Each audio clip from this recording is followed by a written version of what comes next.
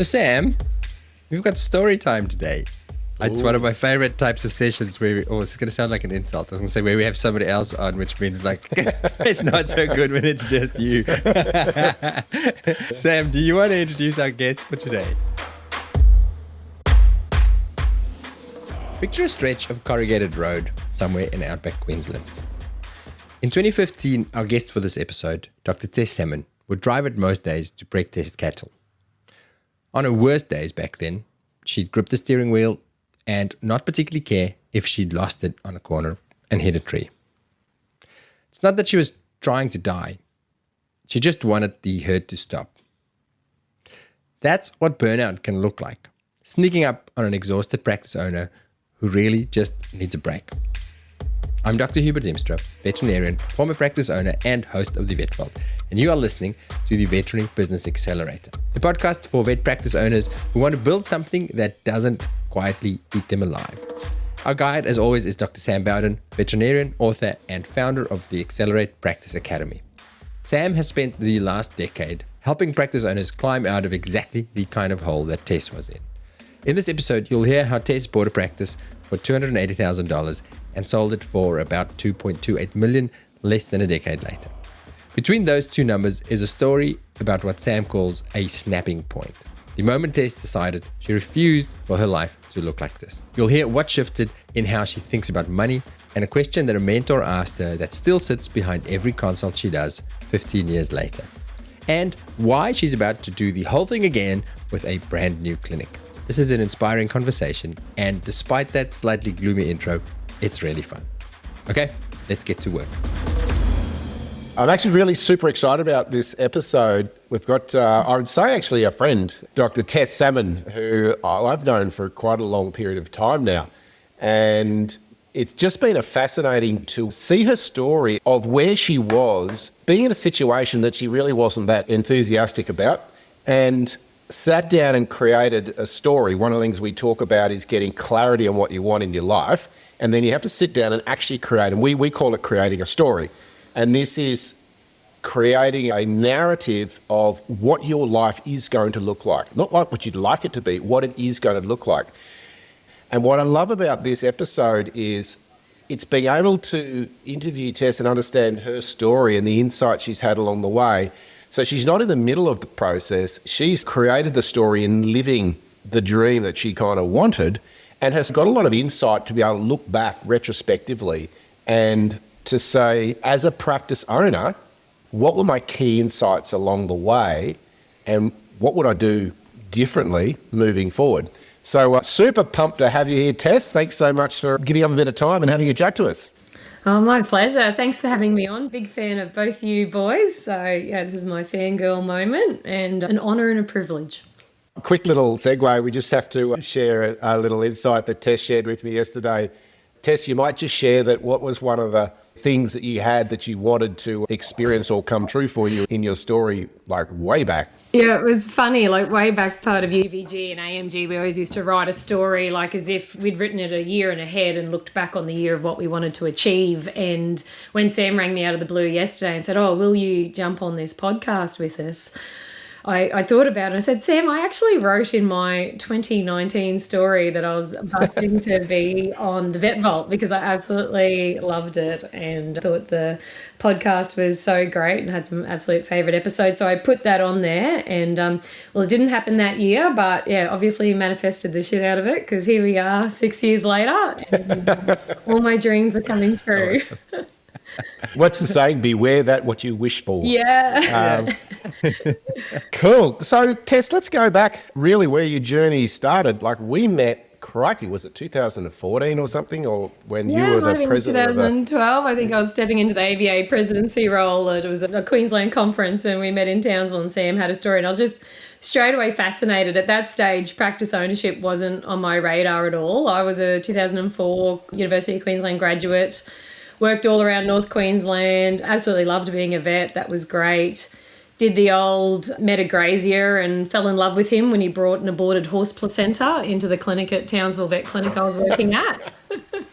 as you do. And that was it. That was love. And so worked very happily and then moved to the remote cattle property. We got married. And I'm sure a lot of grazier wives will relate to this, but you get to the cattle property and you realise that cattle properties are great, but they aren't actually going to make you any money and you have no control over your destiny. So that was the point we're in 2013. My husband was earning $1,000 a month, which I figured wasn't even going to cover the mortgage on my unit and stuff like that. And at that time, my dad had been a veterinarian in Claremont, where I was raised for probably 35 years. He'd tried to sell the practice and he was pretty much at the stage of just giving it away and walking away. So the accountant, pretty much I felt a bit bullied into going into town and doing it, but everything happens for a reason. And this isn't just my story. I can name a few other veterinary replacement heifers that have been fed into the system and find themselves in this situation. So realised if I was going to be able to have children and ever get ahead in life, I had to use my job, and it just seemed like a really good fit going into partnership with my dad. And just went there and just started doing everything the way he was doing it. When we had a cold call from Sam, and he's like, just send me your profit and loss. Just send me your profit and loss. And this must have been about 2014, and sent it into him. And he just objectively said, hey, you and your dad are earning $90,000 a year. That's what you could get just working for someone. This is what the business is earning you for all its stress. Like this is not meant to be like this. So I just said, well, what have I got to lose? And started rolling into UVG boot camps. And I did have a few kids along the way. So I was a little bit slower getting going, but tried to implement what I could as I got going. And then things really took off when I joined AMG, I think about 2018, and we built the practice right up. I'm not quite sure if I'm allowed to talk about figures because I sold to a corporate, but just so people know, we got the practice valued back in the day, and I bought into the business when it was worth $280,000, and that was $280,000, and that was in 2014. And then with following Sam's system and everything like that, we built it up to 7 vets and sold for $2.28 million in 2021. So that was just phenomenal, and it was great for me, but it was also more about my dad and protecting his legacy and getting him that dollar figure he deserved. And it's very hard to sell mixed rural practices. There was a population of about 2,000 people. So yeah, I was just really proud to do that and journey. And that sort of, all just following that AMG system. And, the highs and lows of mixed animal practice are very well recorded in this industry. But I think, the greater the storm, the greater the rainbow. You've really got to get in and have a go. And I've certainly listened to Hubert say many times, you can be careful with your money as an employed vet, but if you really want to make some serious money, unfortunately, the only option available to us is to hook in and have a go at practice ownership yourself. I'm always interested in people's turning moments. So let's assume that you just kept trundling along the way. So you described earlier on in your practice ownership journey, you were doing it pretty tough, and you were almost got later, I think it sounded, you sort of identified that you nearly burned out. Is that true? Oh, absolutely. And it's funny, I was only talking to you yesterday, I was pretty sure at the time I was depressed and was suicidal, and in fact, called one of my mentors, Oliver Lyu, at the time, and he was great. He's like, God, just get yourself to a psychologist, get yourself on stuff, and you do what you can do. But it really is that analogy of the frog in the boiling pot of water, and looking back and having some space and having that time to realise it really was just sheer burnout. And I'm not taking away from depression and the seriousness of the mental health crisis in vets and everything, but as a vet, gosh, if I was truly serious about ending my life, I could have. So in retrospect, I think it was more genuine burnout. And listening to podcasts, there's this psychologist called Amantha Imber who does a lot of work around looking after yourself and stuff, and she was interviewing another psychologist on burnout, and they call it being hit by a bus phenomenon. And I guess in Claremont there's not many buses you can really be hit by, so my equivalent of that was driving out to preg testing jobs and just hanging onto the wheel because you didn't really care if you lost it on the corrugation and hit a tree. You didn't particularly want to dive. You didn't particularly want to live either. You just wanted to go to hospital and have a big sleep. And that risky sort of behaviour, you'd not kick the kick gate properly and, if the cow came back, so be it. And that was what the hit by bus looked like for me. But, I always ask the hard questions of ex-clinic owners, and being part of APIM, I got to do that. And talking to other ones on the South Coast, he'd be like, I'd just paddle out into the surf and whatever. He'd go out further than he should, and to hell with the sharks. Like, what does burnout look for you is different, but I think it truly is that I just don't care. Like, it just hurts. I just want the hurt to end. And I think it's just because you're so burnt out, you don't care. And then when you're thinking like that, you can't think clearly. You have decision fatigue. So that's where AMG really did save me, because I just followed the process, just trusted what they told me, just did what they say. I didn't invest too much time into it. You just do what you're told to do, and success leaves clues, as Sam likes to always say, and it's true. Like, you're just doing what everyone else did, so you really can't lose, because when you're in that much hurt, you can't really think for yourself. You're just trying to survive. Tess, was that period, was that during practice ownership, early practice ownership? Absolutely. And I know a lot of vets get depression and burnout as an employed vet, but I never experienced that. I was just this happy-go-lucky for 10 years working for other vets. Very, very happy. Like, loved my life, didn't have any depression. But as soon as I hit that practice ownership, bam, that's when the weight of the world came down on your shoulders. You felt responsible for your clients. You felt responsible for your staff. You felt it was your responsibility to make everyone happy and try and be profitable and have kids and have a successful marriage. And I had that extra burden, which a lot of vets have, is this was my dad's legacy. Like, was I doing the right thing? The community, trying to protect his reputation and do the right thing by him. So there was just all that added pressure. And yes, absolutely, it was only ever there with practice ownership for me. So Tess, I just want to zoom in on this a little bit, because I see this so much with practice owners, probably earlier on when we work with them, in what you described, that you sort of didn't care if you lived or didn't care you died. It's like a learned helplessness, because you feel kind of almost like you're caged, and it's just like, oh, well, it is what it is, and it's never going to get any better. And I think that becomes very, the saying is, without hope, people will perish. And if you think it's going to continue on and be the same for an extended period of time, and it's always going to be this way, it's like, well, I'm just not interested in playing that game, and that can sort of lead to burnout and depression. Looking back retrospectively, can you identify why you think you got to that point? Like, was it your perspective of what you should be doing? Was it the weight you were putting on yourself, or was it a lack of insight into business itself? Just give us a little bit more insight for our listeners, because I'm sure there's tons of the people listening going, oh, that's me. And I think if we had little insight as to, well, why are you feeling that way, it might leave some little clues of how to jump out of or do something about it. Yeah, I think it definitely was all internal, and what I felt success looked like and what I thought I should be doing. I don't actually remember ever feeling much pressure from my dad. Certainly never gave a shit how I ran the clinic. He didn't particularly care himself, I don't think so. It was all myself. And I'd say I was my own biggest critic up until now. I'm blessed with a 10-year-old girl, so I actually have my own biggest critic living in my house. But up till then, I've always been my own biggest critic, and that self-loathing, I did lots of deep dives with Shane around that self-loathing and,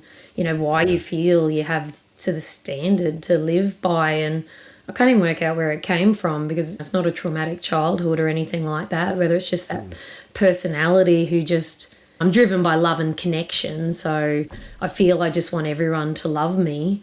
And I don't know why that is. Like, I definitely wasn't abused as a child or anything like that. But I think people like me just want to be loved, and then you just feel you got so many more people to please or try and win the approval of. When you take on that responsibility of a practice ownership, suddenly you do truly feel responsible for your clients and your staff and everyone. So it's just a lot. Yeah. So we've got the practice, we're feeling the pressure, we've got to this sort of feeling almost numb situation that you don't care if you live or you die, and you decided to be proactive. Was there a thought that you went, I've got to do something, or I refuse for my life to look like this? Can you kind of identify, there's there's often what we call a snap point in people, where people will be trundling along in a certain direction, and we call it universal taps. So it's like the taps are getting bigger and bigger and bigger until you actually pay attention and go, if you're feeling shitty and miserable, the reason is the universe is kind of giving you taps to say, we need to change stuff, we need to do something different. I can remember mine. My snap point was at, and I share it in my book, The Abundant Practices, was at 2:09 on a Monday morning. And I can just remember just feeling, I was insomniac, I felt nauseous about the week to come. I just wanted to just literally pull the doona over my head and just not face the world. And then something shifted in me, and I remember thinking, I simply refuse for my life to look like this. There was like another person in me suddenly just revolted and went, hey, wake up, numbnuts, this is not okay. And that's when I went, I'll just do whatever it takes. And that was the to turn my situation around. That was the change point from struggling in my practice and going backwards to actually going, I need to go and find somebody to actually help me turn this thing around. Do you identify a moment, a snap point looking back retrospectively? Yeah, I don't think for me there was a particular point, and I know what you mean. So when I was a new grad doing a lot of on-call, I lived with friends who had pay TV, and I'd come home from 2 a.m. after doing on-call, and Tony Robbins was playing his infomercials. So I'm just an eternal optimist. Of course, I bought all these CDs, and I'd listen to them driving around, and I can hear Tony's voice in my head, never again will I do this. And I get that, really huge snap point where some fatty suddenly realize they're 150 kilos. Like, I get that there's these big moments in time, but my other toxic trait is that I have this weird, and I don't know whether, I was always frustrating, I think, for Shane to coach, because I just had this toxic self-positivity, and I don't know how much was real or how much I just Tony Robbins the shit out of myself to the point where I thought it would be okay. So I don't think I really just hit this random point. I think I just thought, wow, that UVG thing sounds great. And I went there, and it was more like, wow, this is a way out of this. And I don't think I ever truly acknowledged what a shit fight it was until I started to climb back out of it. Then I'm more self-reflected. I don't think when I was in the depths, I ever truly acknowledged how horrific I was, because I couldn't allow myself to be, because I didn't have that luxury, because I was in this situation and I was just going to keep going forward positively.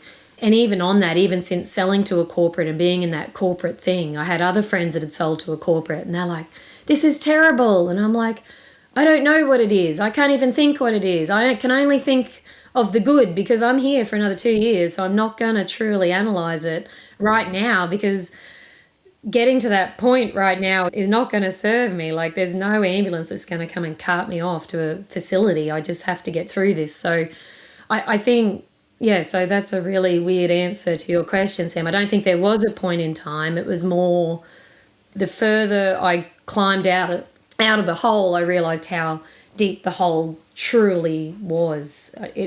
I never really faced my demons in that deepest of the time, because I didn't want to know. Yeah.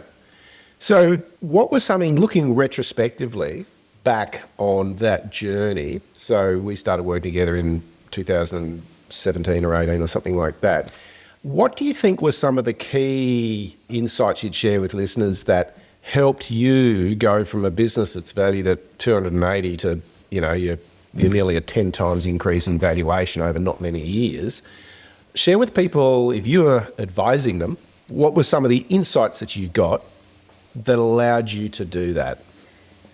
Vets are like a sledgehammer. You have to tell us the same thing over and over again. And sometimes it didn't hit its mark on the first thing, but it was just following the formula. Someone just telling you, look at your injection fee. It's just too cheap. Just put it up. The sky's not going to fall in. So, you just do those things, and then you start to see results. So you sort of start to gain momentum, but it's really touching the psychology. Like, one of the early coaches, Clive Lamont, who randomly I have now as well, he'd just sit down and address your psychology. He's like, why aren't you recommending these things for the pet? Do you think you're a rip-off? No, and all of that. And then he just said something that just really stuck. Like, what would you recommend if it didn't cost the client anything? And I'm like, oh my gosh, well, I'd recommend bloods, I'd recommend x-rays, and that just really stayed with me for 15 years. And that's still how I approach my consults now.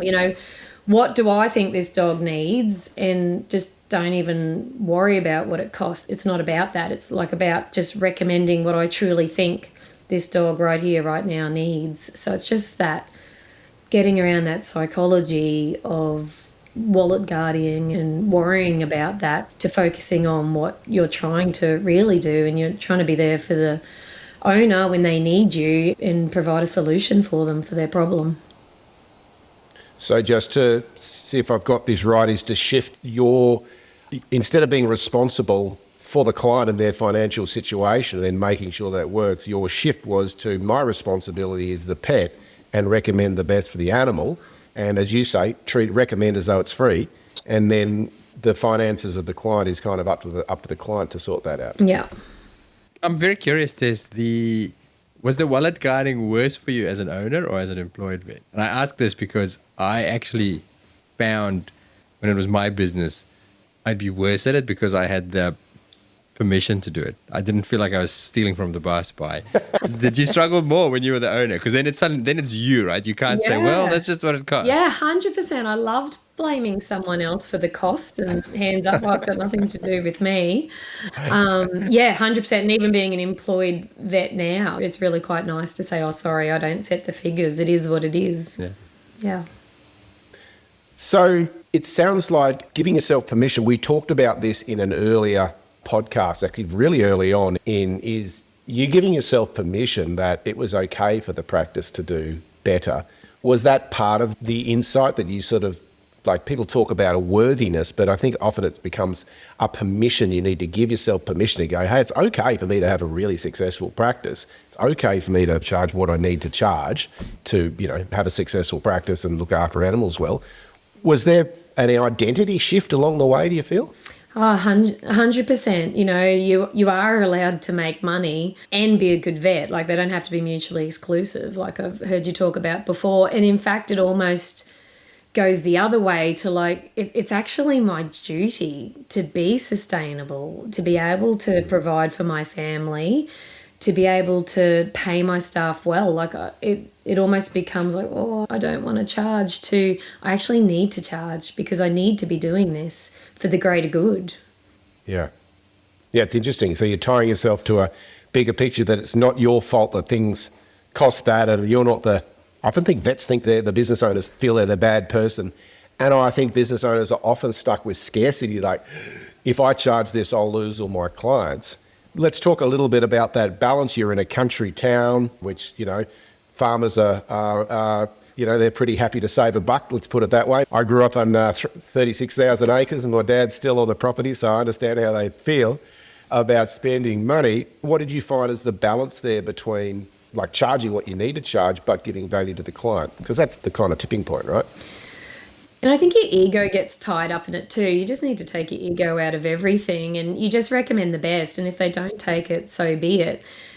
And yeah, they will say they don't have the money, but you just saw them drive in the latest series Land Cruiser. So yeah, they're the absolute wallet guardians, the cattle producers. And I think you just have to recommend the best, but then not take it to heart when they don't take it. And if they choose to take the dog home and shoot it, well, like, it's kind of out of your hands. Like, you shouldn't be backpedaling and apologising for what the solutions you've offered. I think if they're trying to bully you into dropping the price, then I think that is just no good for anyone. I remember one of my original mentors, he said, Sam, you're responsible to people, you're not responsible for them. And that I find when I was in consulting, that somebody go, there'd be a snake bite, it's going to be, thousands of dollars.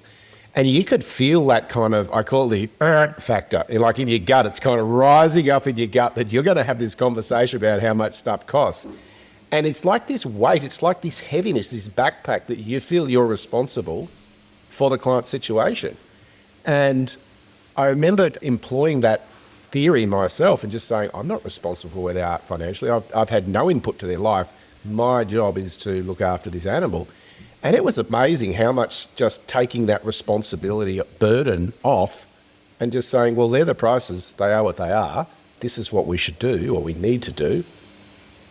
yes or no, and leave it there, park it there without that associated guilt that, as you say, if the client couldn't go ahead with it, that's not really my job to then go and say, well, I'll slash all my prices and lose money in order to provide that. Absolutely. And don't get me wrong, I like animals, but I'm definitely more of a people person. And I think that's why I've still absolutely love the profession after 21 years, because I'm here for the people. And the bad outcomes are if people can't afford it. And I do think euthanasia is genuinely a decent option. If people truly can't afford, complex medical cases, then I do think euthanasia is absolutely fine. And I have no drama telling people that. To make them feel better. I don't think we should be guilting clients into doing stuff if it's not right for them or right for their family. But I think you need to offer the best, because, I'm always surprised how many people actually do want to do it, because the depth that people are attached to their animals and want to do everything never ceases to surprise me every single day. Yeah. I'm curious, and this is a question for both of you, but probably more Tess. It sounds like you struggled with it a lot. I find with the money thing, the money conversation thing, there's two components. There is a cognitive component. So I get the price thing. Like I've run a business, and all the stuff you're saying now, I completely understand. And even when I'm in that situation where I have to go and give the $10,000 estimate to the emergency surgery, I understand it. And yet there's a very strong emotional component to it. Sam, that feeling that you described earlier, that I don't feel like having this conversation. Does that go away, or is it literally just a point of like, I have this feeling, but screw the feeling, I have to just go do my job? Or does it get easier as you get more into this habit of saying, well, this is the right thing for the pet? Well, I am, and Airlie Beach certainly is a huge demographic spread. So there's, people with houses on the eastern suburbs of Sydney that bring the cavoodle up to Hamilton Island. So we have those very high-end clients that would do everything, to, the dirty yachty who lives on the boat with the staffy with a myriad of problems. And I just sort of see it as, well, what can they do and what do they want to do? And I just offer the best. And if it's a yachty and he literally has $20 and he just wants a bit of macaroni for the staffy that's 17 with so many comorbidities and he can't even afford the consult, but we saw him 12 months ago, I think I'll bugger it. Like, at the end of the day, you need to give some analgesia and relief, and I just give it and give them a dose for Panadol and wish them on their way. And, I'm not one to judge of what they can and can't do. And is the dog better off dead? Well, bug it if I know. I just try and do the best for that situation. And I don't want them to feel shame. It's obvious you love your pet, and I always acknowledge that. Yeah. People get so caught up in these clients. They're so horrible. And I just maintain we absolutely see the best of humanity, because the people that don't love their animals, they just don't bring them to the vets. So we are seeing the people that truly love their animals. We're not seeing the people that abuse their kids or the horrible things that policemen have to see. So I think we can just acknowledge, I always thank them for bringing the animal in, and say they're doing the best they can. And whether that's they walk out with a $2,000 skin biopsy and skin plan or $20 worth of pred, I feel fulfilled either way. I guess I just don't try and dwell on those ones that can't do everything. And I think, am I doing something better than nothing? And I do think I am. So as long as I'm better than no option, I feel you do what you can, and you just don't waste too much energy and heartache on those ones, because there's heartache all around us. Yeah. So, Tess, if we're looking back and you're sharing sort of some of the insights of things that have shifted for you to allow you to create that business, as well as summarise and capture some of those. One, it sounds like the compound effect of just, right, do this bit, then do this bit, then do this bit, then do this bit. That's one. The second one was sort of how you felt about yourself, like around, as we've been talking about, money and value and where your responsibilities lie. Anything else before we close off on that section that you'd offer to listeners who could be in your old situation that has helped you to where you are now? Just that it does get better. It does feel so overwhelming, but I look back on it and I'm just so grateful for those struggles, because then when you're not struggling anymore, I don't know, like the birds sing so much sweeter. The sunrises have, Yeah. more twinkle in them. So, we're all so scared of hurting and we're scared of taking a leap and we're scared of failing. But by doing that, like it's not just the financial gains, but also the personal gain to know you can get through it. Yeah. You are more resilient than you think. So I think it is just putting one step in front of the other, getting a coach, getting a mentor, and just believing that it will get better because it Yeah. does. It really does. Yeah. Like, I think the insider wanted people to understand was you didn't just accept that this is the way it is. You went, I'm going to do something to make it differently. And I love your example because you've created the life that you wanted to create, where I'm sure at that moment in time you thought this is not going to get much better. It's going to stay this way. And it's a key takeaway on people listening is do something. It kills me how often I see, like literally daily, that people see opportunities but, I don't know, should I make that call? Should I reach out? Should I ask for help? Should I get a coach? What if it goes wrong? And so people will stay in the point of pain or discomfort or low-level frustration, what it is, until that discomfort gets greater than the discomfort of taking a leap of faith, such as you did, where you said, hey, let's do something. Let's go and work on my business. And it comes back to that, I've just got that Teddy Roosevelt quote, like 2 places in my office, and I just look at it all the time. Far better is it to try and dare mighty things and fail than just be that person struggling on Struggle Street. Like, what's the worst that happens? I know friends that have gone bankrupt and crawled themselves back out of that hole. Like, I think we get too caught up in the what could go wrong to...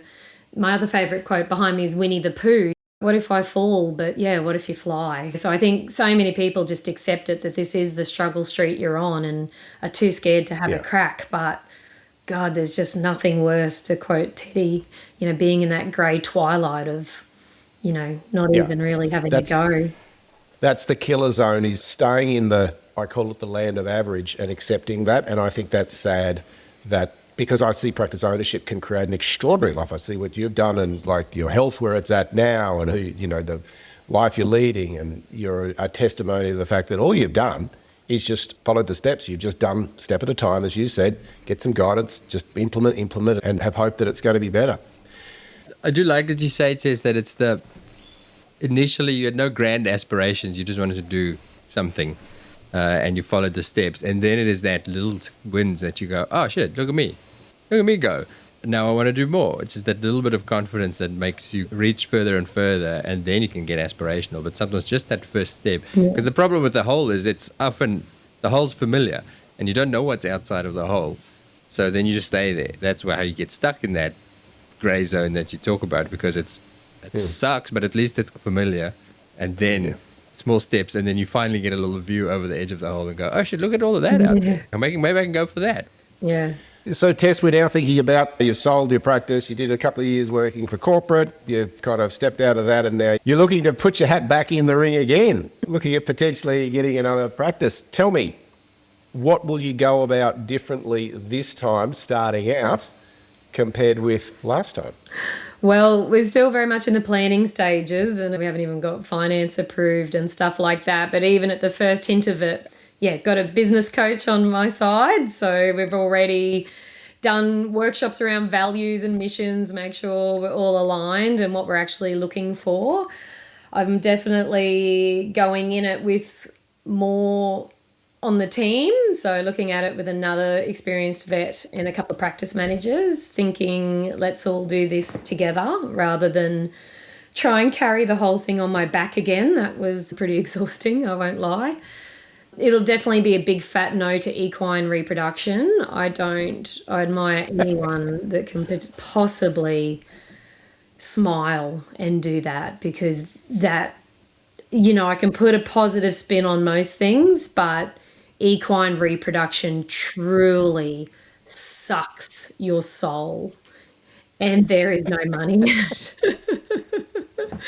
So, I thought I was done and dusted, and a lot of people aren't. Don't do it again. But I guess I feel I still have more to give. I was randomly talking to a friend of mine 2 weeks ago who is AMG alumni now. And she said, you told me you had one more practice in you. Like, I call it this bougie small animal clinic. And I feel after having done the hard yards of preg testing 2,000 cows in 40 degrees, I think, oh, this aircon French bulldog practice, I think, come at me, because it's a challenge and it's fun. And the partners I'm looking at going in, the reality is they wouldn't pull it on unless I was there. So, it's back to this sense of duty too. Like, the owner I love, I've grown up with, he came and worked for my father as a new graduate 35 years ago. So, I have this relationship. So randomly, I think I'm going to become a specialist in easing old school vets into retirement seems to become my life's work. But doing that with care and respect is very important to me, but also empowering the next generation into practice ownership and backing yourself. I guess you reach this confidence in your 40s where you're like, no, I really can do this. So it would sound that you have a lot more clarity around what you're creating first, rather than just lobbing in and going, let's see what happens. And it sounds like with that clarity, you've actually got a plan mapped out, and here's how we're going to do it before you actually start. Absolutely. I reckon the number one challenge that I see practice owners when they want to change a situation is, I know I don't like what I've got, but I really have no idea about what's the first step to crawl out of it. And looking back at this, an honesty, a 1 to 10, what's your level of belief and confidence that you'll be able to make this better, easier than with, there's no such thing as a business without problems. That's a dream. I don't think that exists. But what's your level of confidence that this is going to work out in a way that's more enjoyable, a better team, better finances, all those sort of things? On a 1 to 10, what score would you give yourself? It'd have to be a 10. I just actually don't see how this could go wrong. And I think what comes with confidence and having runs under your belt is you just believe that it will all work out one way or another, and it mightn't quite go the way you want. But like, what's the worst that happens? And I'm so lucky because of the previous practice sale and smart investment opportunities I've made in the past. Even if this practice is like putting it all on black at the casino, I can afford to walk away if it really does go to crap. So that's just a really nice feeling to have. They always say your first million's the hardest to make, and then after that you just get more confident with taking risk. And not only are we looking at buying this practice, we're also signing on with succession planning for this cattle property. So come July, when I'm $5 million in debt, I'll be seeing how sunshine and unicorns I'm feeling. But yeah, I guess you just gotta risk big but back yourself, because that's where all the magic happens. But I'm sure you're doing it with a lot more measured risks, because you know what can go wrong and you know how to avert it. So I think it's that success by 1,000 paper cuts it's a compound effect of all the little things that you've learned. This wasn't working, you're showing a different way, you did something different. So now the likelihood of you ending up back in that situation that you were in is pretty much zero. And I remember asking one of my first mentors, I think I've shared this before, and I asked him a really pointed question. Everyone wants to know what's the one thing, right? What's the one thing? So I said to him, Brendan, what is the one thing or the most valuable thing for me to have in order to be successful? And I remember he really thought about it. And he didn't sort of jump to an answer. He sat there and pondered for a bit. And I thought, oh, he didn't hear me. And then he stopped and he kind of looked at me and sort of raised one eyebrow and stared straight through my soul. And he said, confidence. And what I'm hearing from you, what I love about your journey, Tess, is you've always been an optimist. You've always been positive. What's changed with you is your level of confidence in that I know what to do and I back myself to do it. And that's what I love seeing, is the proof is in the pudding from where you are to where you are now. It's so, I don't know, honestly, it warms my soul. It's like somebody who's been in a shitty situation and, you know, we've played a small part in that journey of just providing an environment to help you as you say, have you climb out and find your own journey. And I see what you're doing now where, as you say, you're helping others to become better themselves. And I love that it's kind of like a pass it on concept.